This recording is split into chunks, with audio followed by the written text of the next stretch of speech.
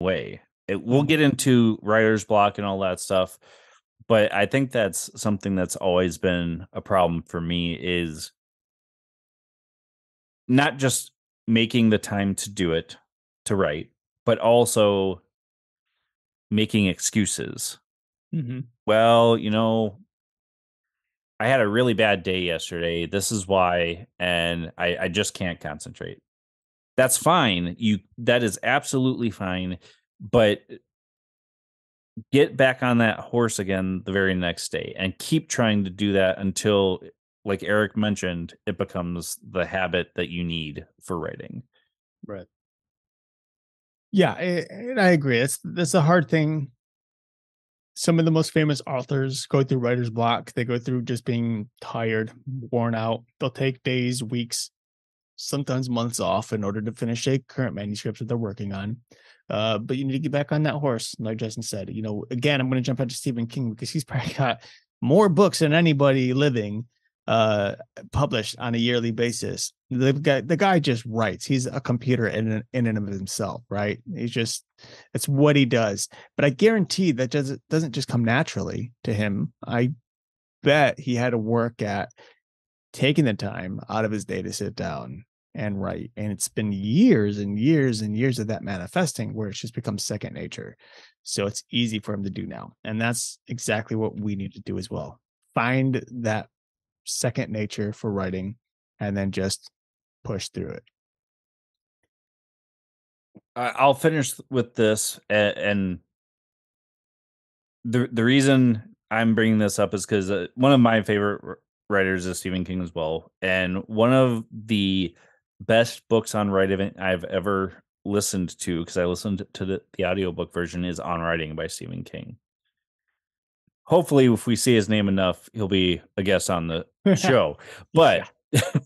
But but anyways, I he tells his personal story of writing, but also throws in his advice as well. And I think one of the biggest things for him when he was starting to write, like, he was drugged out on a lot of his stories, and he brings this up in On Writing, Mm-hmm. and how his writing changed, which was not that drastic of a change from the time he was doing drugs to the time he was clean, is just an inspiring story in and of itself too. Yeah. So with that, I think we're going to wrap up this introductory episode. Uh, Going into episode 2, and of course you guys can go ahead and jump right on that because that's already released at this point, and that is to write or not to write, setting goals and finding motivation, which is probably the hardest thing for any of us to do, and we just talked about that a little bit. Finding the motivation to do this thing and setting those goals. So you can go ahead and jump right on over to that episode right now. And then over the coming weeks, we'll be releasing more and more. We are going to be doing seasons. So this first season is kind of just getting us all kind of in the mindset to write regularly and how to go about doing that.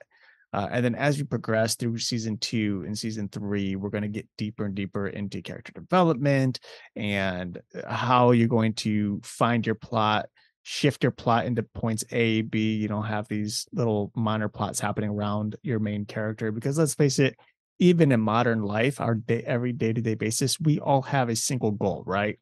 And that goal might be to simply live till we're old. But we have all these other little subplots, like, oh, we have kids over here, we got the job over here, we got these hobbies. Like those are little subplots within our lives. And that's something we're going to talk about in the future as well. And of course, we're definitely going to get into publishing, but we're going to get into that a little later in this series because, again, we want you to work with us as kind of like it's like a little roller coaster, right? We're going to start to finish. And we'll be bringing people on to talk about all of this stuff. Successful writers who have published books, stories, screenplays, and I think it's going to be a really great time. So we'll catch you guys in the next episode. Anything you want to add, Justin, though, before we go? No, I appreciate you guys for listening, and yeah, we'll catch you in the next episode. All right. Goodbye.